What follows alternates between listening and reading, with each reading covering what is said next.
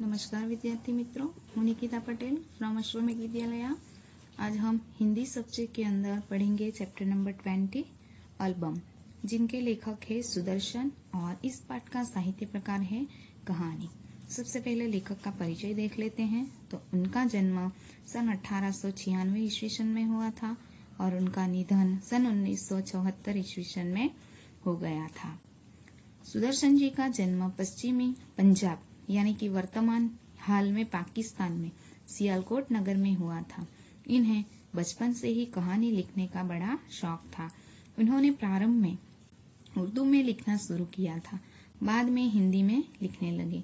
इनकी पहली कहानी सरस्वती नामक पत्रिका में 1920 में छपी थी। हिंदी कहानी क्षेत्र में प्रेमचंद के बाद सुदर्शन जी का नाम लिया जाता है। इन्होंने फिल्मों के लिए भी कहानियां लिखी, जिन पर सफल फिल्मों का निर्माण भी हुआ। सुदर्शन सुमन, पारस, बनघट इसके प्रसिद्ध कहानी संग्रह है।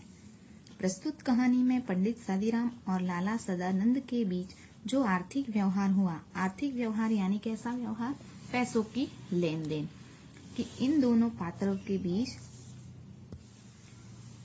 बीच पैसों का व्यवहार हुआ, उसमें संबंधों को किस तरह बचाया गया, उसका मार्मिक वर्णन है। आजकल पैसों के कारण संबंधों में दरार पड़ जाती है। ऐसे समय में मानव मूल्यों का जतन करने की प्रेरणा इस कहानी से मिलती है कि आर्थिक लेन देन में यानी कि समाज के अंदर पैसों की लेन देन कई लोगों के बीच में होती है और ऐसी लेन देन में बहुधा यानी कि ज्यादातर ऋण देने वाले यानी कि पैसे जो देते हैं उधार किसी को, वो जिसको पैसे उधार दिए हैं, उन दोनों के बीच में किसी न किसी मुद्दे के ऊपर कड़वाहट आ ही जाती है। प्रस्तुत कहानी में आर्थिक व्यवहार से संबंधित है, पर इसमें ऋणदाता यानी कि जिसने पैसे दिए हैं वो लाला सदानंद, ऋण लेने वाला व्यक्ति यानी कि पंडित सादीराम, इन दोनों के बीच में आपसी संबंधों को बनाए रखने का मार्मिक वर्णन किया गया है। इतना ही नहीं, कहानी में ऋणदाता स्वयं ऋण लेने वाले व्यक्ति को ऋण अदा करने में सहायता करता है। कि आजकल हम देखते हैं तो पैसों के कारण एक मनुष्य दूसरे मनुष्य का दुश्मन बन जाता है। तो यहाँ पे संबंध को किस प्रकार बचाया जा सकता है उसके बारे में वर्णन किया है। ये बहुत ही अच्छी और हमें अच्छी सीख देने वाली कहानी है जो हम पढ़ेंगे। शुरुआत करते हैं। पंडित सादीराम ने ठंडी आह भरी और सोचने लगी। यहाँ पे मुहावरा है ठंडी आह भरना, जिसका अर्थ क्या है, दुखी होना। ठंडी आह भरना यानी दुखी होना। कि पंडित सादीराम ने दुखी होकर सोचने लगे, क्या यह ऋण कभी सिर से न उतरेगा। कि क्या सोचते हैं वो, कि क्या मेरे सर से ये कर्जा, ऋण यानी कि कर्जा कभी उतर पाएगा या नहीं। कि पंडित सादीराम के ऊपर कर्जा है, पैसों का कर्जा है, किसी को उन्हें पैसे देने हैं। हम समाज के अंदर देखते हैं तो कई सारे व्यक्ति के ऊपर कर्जे होते ही हैं।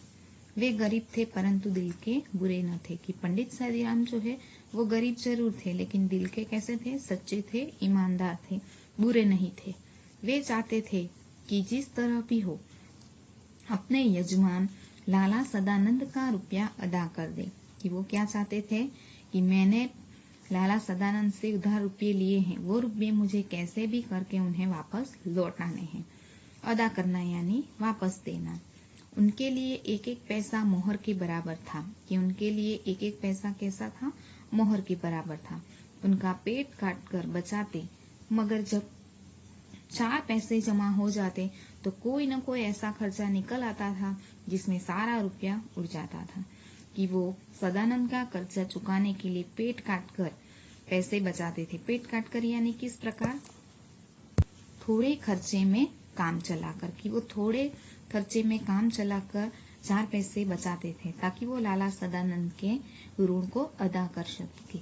लेकिन जैसे ही वो पैसे जो जोड़ लेते और लाला सदानंद का कर्जा चुकाने की बात सोचते, वैसे ही कोई ऐसा बड़ा खर्चा निकल आता था और जिसके अंदर सारा रुपया जो है वो उड़ जाता था।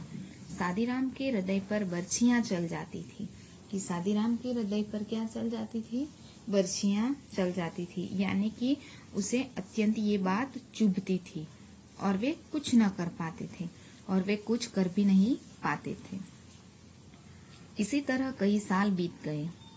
सादीराम ने पैसा पैसा बचाकर 80 रुपये जोड़ लिए। कि सादीराम ने क्या किया कि थोड़े पैसे में काम चलाकर उसने 80 रुपये इकट्ठा कर लिए, जोड़ लिए यानी कि इकट्ठा कर लिए। उन्हें लाला सदानंद के 500 रुपये देने थे। कि लाला सदानंद को कितने रुपये लौटाने थे? उन्हें 500 रुपये। और वह 80 रुपये की रकम से ऋण उतारने का दिन आता प्रतीत होना यानी कि जान पड़ना कि उन्होंने जो 80 रुपये जोड़ लिए थे उससे उन्हें ऐसा महसूस होने लगा कि अब मैं धीरे धीरे 500 रुपये जोड़ लूंगा और सदानंद का कर्जा उतार दूंगा। परंतु उनका लड़का लगातार 4 महीने बीमार रहा। पैसा पैसा करके बचाए हुए रुपये दवा दारू में उड़ गए। कि फिर से उन्होंने 80 रुपये जोड़े थे, वो कहाँ उड़ गए? बेटे के दवा दारू में। पंडित सादीराम ने सिर पीट लिया। पंडित सादीराम ने क्या किया? सिर पीट लिया, यानी कि वो बहुत दुखी हो गए। अब चारों ओर फिर अंधकार था। कि अब उनके चारों ओर फिर से अंधकार छा गया। कि उन्हें अब फिर से लगने लगा कि मैं सदानंद का रुपया लौटा सकूंगा या नहीं। उसमें प्रकाश की हल्की सी किरण भी दिखाई न देती थी। उन्होंने ठंडी सांस भरी और सोचने लगे, क्या यह ऋण कभी सिर से न उतरेगा? क्या सोचने लगे कि क्या कभी भी मेरे सिर से ये ऋण उतर पाएगा या नहीं। लाला सदानंद ने अपने पुरोहित की व्यवस्था को जानते थे। कि लाला सदानंद पुरोहित की व्यवस्था को वो अच्छी तरह से जानते थे। कि सादीराम के बारे में वो अच्छी तरह से जानते थे। व्यवस्था यानी कि मजबूरी, कि उनकी मजबूरी वो अच्छी तरह से जानते थे। वे चाहते थे कि पंडित जी रुपये देने का प्रयत्न न करे। कि लाला सदानंद कैसे, वो भी एक सज्जन व्यक्ति थे। वो भी क्या सोचते थे कि भले ही सादीराम ने मुझसे 500 रुपये उधार लिए हो, लेकिन वो क्या चाहते थे कि पंडित सादीराम जो है वो कभी भी मुझे वो रुपये न लौटाए, क्योंकि उन्हें पता था कि वो कितने गरीब आदमी थे। उन्हें इस रकम की जरा भी परवाह न थी। कि लाला सदानंद को अपने रुपये की जरा भी परवाह न थी। उन्होंने उसके लिए कभी तगादा तक नहीं किया। कि उन्होंने पंडित सादीराम को कभी भी उस रुपये के बारे में याद तक नहीं दिलाया। इस बात से वे इतना डरते थे मानो रुपये उन्हें वो देते थे। वो इतना डरते थे कि मैं सादीराम को अगर उस रुपये के बारे में बताऊंगा और हम दोनों का संबंध जो है वो बिगड़ जाएगा, इस बात से वो इतना डरते थे। इसलिए वो कभी भी उन्हें याद नहीं दिलाते थे। सादीराम के दिल में शांति न थी। वे सोचा करते थे कि ये कैसे भले मानस है। भले मानस यानी सज्जन व्यक्ति, भला आदमी, जो अपनी रकम के बारे में मुझसे बात तक नहीं करते। आजकल कैसे लोग हैं, रुपये उधार देते हैं, 2 दिन हुए नहीं फिर फोन करना चालू कर देते हैं कि मेरे रुपये कब लौटाओगे, कब लौटाओगे। फोन नहीं उठाते तो घर तक पहुंच जाते हैं। लेकिन ये सदानंद जो है वो कैसे व्यक्ति थे?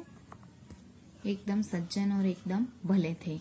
कि वो कभी भी सादीराम को रुपये के बारे में पूछते नहीं थे। इसलिए सादीराम क्या सोचते हैं कि ये कितने भले मानस है कि वो अपनी रकम के बारे में मुझे बात तक नहीं कहते। खैर, यानी कि जाने दो, ये कुछ नहीं कहते तो ठीक है, परंतु इसका तात्पर्य यानी कि मतलब यह थोड़े ही है कि मैं भी निश्चिंत हो जाऊं। सदानंद भी सज्जन थे, सादीराम भी सज्जन थे। सादीराम क्या सोच रहे थे कि भले सदानंद मुझसे रुपये नहीं मांग रहे, लेकिन इसका मतलब ये थोड़ी है कि मैं भी निश्चिंत हो जाऊं और रुपये वापस ना लौटाऊं। मेरी तरफ इनका रुपया निकलता है, मुझे देना ही चाहिए। उनमें लाला सदानंद के सामने सिर उठाने का साहस न था। कि पंडित सादीराम लाला सदानंद के सामने सिर उठाने की हिम्मत नहीं करते थे। यदि लाला सदानंद ऐसी सज्जनता न दिखलाते, वो क्यों नहीं सिर उठा सकते थे? क्योंकि सदानंद इतने भले व्यक्ति थे कि वो रुपयों के लिए सादीराम को याद तक नहीं कराते थे। इसलिए यदि लाला सदानंद ऐसी सज्जनता न दिखलाते और सादीराम से बार बार पैसे मांगते, तब शायद उनके दिल को ऐसा कष्ट न होता जितना कष्ट उन्हें कब हो रहा है कि वो रुपये नहीं मांग रहे हैं। हम अत्याचार का सामना सिर उठाकर कर सकते हैं, परंतु भलमनसी के सामने हमारी आंखें नहीं उठ पाती। कि मनुष्य जो है वो अत्याचार का सामना सिर उठाकर कर सकता है, लेकिन भलमनसाई के सामने हमारी आंखें ऊपर नहीं उठ सकती है। एक दिन लाला सदानंद किसी काम से पंडित सादीराम के घर गए। वहां उनकी अलमारी में कई 100 बंगला हिंदी और बंगला यानी बंगाली भाषा, हिंदी और अंग्रेजी भाषा की मासिक पत्रिकाएं देखकर बोले, ये क्या है पंडित जी? कि एक दिन लाला सदानंद सादीराम के घर जाते हैं। घर पर उन्होंने देखा कि एक कबर्ड के अंदर हिंदी, बंगाली और अंग्रेजी भाषा की कई मासिक पत्रिकाएं यानी कि मंथ में जो आती है वो पत्रिकाएं देखते हैं और बोलते हैं कि ये क्या है पंडित जी? पंडित सादीराम ने उत्तर दिए, पुरानी पत्रिकाएं हैं। बड़े भाई को पढ़ने का शौक था, वही ये पत्रिकाएं मंगवाते थे। वे जब जीवित थे तो किसी को हाथ न लगाने देते थे। अब इन्हें कीड़े खा रहे हैं, कोई पूछता भी नहीं। कि वो पत्रिकाएं कैसी थी कि सादीराम के बड़े भाई को पढ़ने का शौक था, इसलिए वो पढ़ने के लिए वो मासिक पत्रिकाएं मंगवाते थे। लेकिन अब उनके बड़े भाई की मृत्यु हो चुकी है, इसलिए उन पत्रिकाओं को कोई देखता नहीं है। अब इन्हें कीड़े खा रहे हैं, कोई पूछता तो नहीं है। कि पुस्तक की कीमत कौन जान सकता है? जिसे पढ़ने का शौक है वही पुस्तकों की कीमत जान सकता है। रद्दी में क्यों नहीं बेच देते? सादीराम को क्या जवाब सदानंद ने क्या कहा कि कोई अब उन्हें पूछता नहीं है तो तुम इसे रद्दी में क्यों नहीं बेच देते? इनमें चित्र है। तो सादीराम ने क्या कहा कि इस पत्रिका के अंदर चित्र है। जब कभी बच्चे रोने लगते हैं तो एक आध निकाल कर दे देता हूँ। कि जब भी बच्चे रोते हैं तो इनमें से एक पत्रिका निकाल कर दे देता हूँ, तो इनसे उनके आंसू थम जाते हैं। चित्रों को देखकर वो चुप हो जाते हैं, इसलिए मैं उसे रद्दी में नहीं बेचता। लाला सदानंद ने आगे बढ़कर कहा, 2-4 पत्रिका दिखाइए तो जरा देखें इनमें कैसे चित्र हैं। लाला सदानंद ने सादीराम से वो पत्रिकाएं देखने के लिए मांगी। पंडित सादीराम ने कुछ पत्रिकाएं दिखाई। हर एक पत्रिका में कई सुंदर और रंगीन चित्र थे। लाला सदानंद कुछ देर तक उलट पुलट कर देखते रहे। सहसा उनके मन में एक विचार उठा कि वो कई पत्रिकाएं हाथों में लेकर उसे उल्टा पुल्टा करके देख रहे थे। सहसा यानी अचानक कि उन पत्रिकाओं को देखकर उनके मन में एक विचार आ उठता है। कौन सा है वो विचार? वे बोले, ये चित्रकला के बढ़िया नमूने हैं। कि इसके अंदर जो चित्र है वो चित्रकला के यानी कि पेंटिंग के एक बहुत ही अच्छे नमूने हैं। अगर किसी शौकीन को पसंद आ जाए तो आप 1000-2000 रुपये बड़ी आसानी से कमा सकते हैं। सादीराम ने क्या कहा कि ये चित्रकला के ऐसे नमूने हैं कि अगर किसी चित्रकला के शौकीन व्यक्ति को अगर पसंद आ जाए तो 1000-2000 रुपये तो आप आसानी से कमा ही सकते हैं। पंडित सादीराम ने एक ठंडी सांस भरकर कहा, ऐसे भाग्य होते तो यूं धक्के न खाता फिरता। कि उन्होंने क्या कहा कि मेरे अगर ऐसे नसीब होते तो मैं ऐसे धक्के खाता न फिरता। लाला सदानंद बोले, एक काम करें। सादीराम ने कहा, क्या? आज बैठकर जितनी अच्छी अच्छी तस्वीरें हैं सबको अलग छांट लेना यानी अलग कर देना। कि लाला सदानंद ने पंडित सादीराम को इस सुझाव दिया कि इन मासिक पत्रिकाओं में से जो भी अच्छे अच्छे चित्र है, तस्वीरें हैं, उनको अलग कर लो। बहुत अच्छा। जब यह कर चुके तो मुझे कहलवा दे कि मैंने जो तुम्हें तस्वीरें अलग करने का काम सौंपा है वो अगर हो जाए तो मुझे कह देना। आप क्या करेंगे? सादीराम ने सदानंद से प्रश्न किया कि आप क्या करेंगे? तो सदानंद ने जवाब दिया, मैं एक एल्बम बनाऊंगा और आपकी तरफ से विज्ञापन दे दूंगा। विज्ञापन यानी जाहिरात। कि उन्होंने क्या कहा कि मैं इन अलग अलग तस्वीरों का एक एल्बम बना दूंगा और आपकी तरफ से एक जाहिरात दे दूंगा। हो सकता है यह जाहिरात विज्ञापन किसी शौकीन के हाथ पड़ जाए और आप 2-4 पैसे कमा लें। तस्वीरें बहुत बढ़िया है। कि सदानंद ने क्या सुझाव दिया कि अगर किसी तस्वीर के शौकीन व्यक्ति को ये जाहिरात दिखाई दे तो आप 2-4 पैसे कमा लेंगे। वो एल्बम आपकी खरीद लेगा तो आपको 2 पैसे मिल सकते हैं, क्योंकि तस्वीर बहुत बढ़िया है। पंडित सादीराम को यह आशा न थी कि कोयले की खान में हीरा मिल जाएगा, कि उन्हें ये आशा नहीं थी कि कोयले की खान में हीरा मिल जाएगा, क्योंकि उन्हें अब तक उन तस्वीरों की कोई कीमत नहीं थी। वो बड़े बड़े कीड़े खा रहे थे, उसे कोई देखता तक नहीं था। लेकिन जैसे ही सदानंद ने उन्हें ये आइडिया दिया तो उनके मन में ये आशा न थी कि कोयले की खान में मुझे हीरा मिल जाएगा। घोर निराशा ने आशा के सभी द्वार बंद कर दिए थे, कि उनके अंदर इतनी निराशा फैल गई थी कि वो हमेशा यही सोचते रहते थे कि क्या मैं सदानंद का रुपया वापस दे पाऊंगा या नहीं, और उन्हें कोई रास्ता दिखाई नहीं देता था। इसलिए वो घोर निराशा में खो गए थे। तो इन घोर निराशा ने आशा के सभी द्वार बंद कर दिए थे। वे उन हतभागे यानी बदनसीब लोगों में से थे जो संसार में असफल और केवल असफल रहने के लिए पैदा होते थे। कि वो अपने आप को कैसा बदनसीब समझते हैं कि मैं संसार में केवल असफलता प्राप्त करने के लिए ही पैदा हुआ हूँ। वे सोने को हाथ लगाते तो वह मिट्टी हो जाता था। वो अपने आप को इतना बदनसीब समझते थे। वे सीधी बात भी करते तो उल्टी पड़ जाती थी। उनको पक्का विश्वास था कि यह प्रयत्न भी सफल न होगा। उन्हें अपने नसीब पर जरा भी भरोसा नहीं था।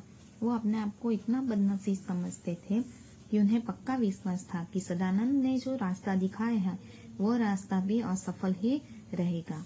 परंतु लाला सदानंद के कहने से दिन भर बैठकर तस्वीरें छांटते रहे, कि उन्हें विश्वास नहीं था कि ये एल्बम बिकेगा और मुझे पैसा मिलेगा। लेकिन सदानंद ने उन्हें कहा था, इसलिए उन्होंने पूरे दिन तस्वीरें छांटी। न उनके मन लगन थी, न उनके हृदय में चाव था। चाव यानी कि इच्छा, कि उनको ये काम करने की जरा भी इच्छा, जरा भी लगन नहीं थी। फिर भी उन्होंने ये काम किया। न उनके सीने में उमंग था, किंतु लाला सदानंद की बात को वो टाल भी नहीं सकते थे। शाम को देखा 200 बढ़िया चित्र जमा हो गए, कि वो बिना इच्छा बिना उमंग के सदानंद के कहने पर वो चित्र अलग करने के लिए बैठे थे। तो शाम को जब देखा तो देखते हैं कि 200 जितने बढ़िया चित्र उन्होंने काट के अलग कर दिए। उस समय वे उन्हें देखकर स्वयं उछल पड़े, कि उन चित्रों को देखकर वो खुशी से उछल पड़े। उनके मुख पर आनंद की आभा नाचने लगी। वे उन चित्रों की ओर इस तरह देखते मानो उनमें से एक 10-10 के नोट हो। बच्चों को उधर देखने तक न देते थे। कि लाला सदानंद ने जो चित्र जमा किए थे उन्हें देखकर वो अत्यंत प्रसन्न हो गए, और वो चित्र की तरफ इस प्रकार देखते थे मानो उन चित्रों में उन्हें 10-10 के नोट दिखाई देते हैं। कि अब तक वो इन चित्रों को क्यों दिखाते थे, ताकि बच्चे चुप हो जाएं। लेकिन अब वो बच्चों को उधर देखने तक नहीं देते थे। वे सफलता के विचार से ही प्रसन्न हो रहे थे। यद्यपि आशा कोसों दूर थी, कि उन्हें थोड़ी थोड़ी सफलता प्राप्त होती दिखाई दे रही थी और वो प्रसन्न हो रहे थे, किंतु आशा अभी बहुत दूर थी। लाला सदानंद की दी हुई आशा उनके मस्तिष्क यानी कि दिमाग में निश्चय का रूप धारण कर चुकी थी। कि लाला सदानंद ने उन्हें जो रुपये कमाने की आशा दिखाई दी थी, वह आशा उनके दिमाग में निश्चय का रूप धारण कर चुकी थी। क्योंकि अब तक उन्हें विश्वास नहीं था, लेकिन अब धीमे धीमे उन्हें भी विश्वास होने लगा था कि इससे मैं शायद रुपये कमा सकता हूँ। इसलिए उन्होंने भी मन में निश्चय कर लिया और वो खुशी से झूमने लगे। कि उन्हें भी उसमें क्या देखा कि शायद मुझे सदानंद ने जो रास्ता दिखाया है उस रास्ते पर मैं चलूंगा तो शायद मैं 1000-2000 रुपये कमा सकूंगा, और उस कमाए हुए रुपये से मैं लाला सदानंद का कर्जा जो है वो चुका सकता हूँ। इसलिए उन्होंने भी दिमाग में निश्चय कर लिया कि अब मुझे इसका एल्बम बनवाना ही है और विज्ञापन देना ही है, और वो खुशी से झूमने लगते हैं। कि इस वीडियो में हम यहीं तक देखते हैं। आगे का चैप्टर जो है वो हम नेक्स्ट वीडियो में देखेंगे। Thank you.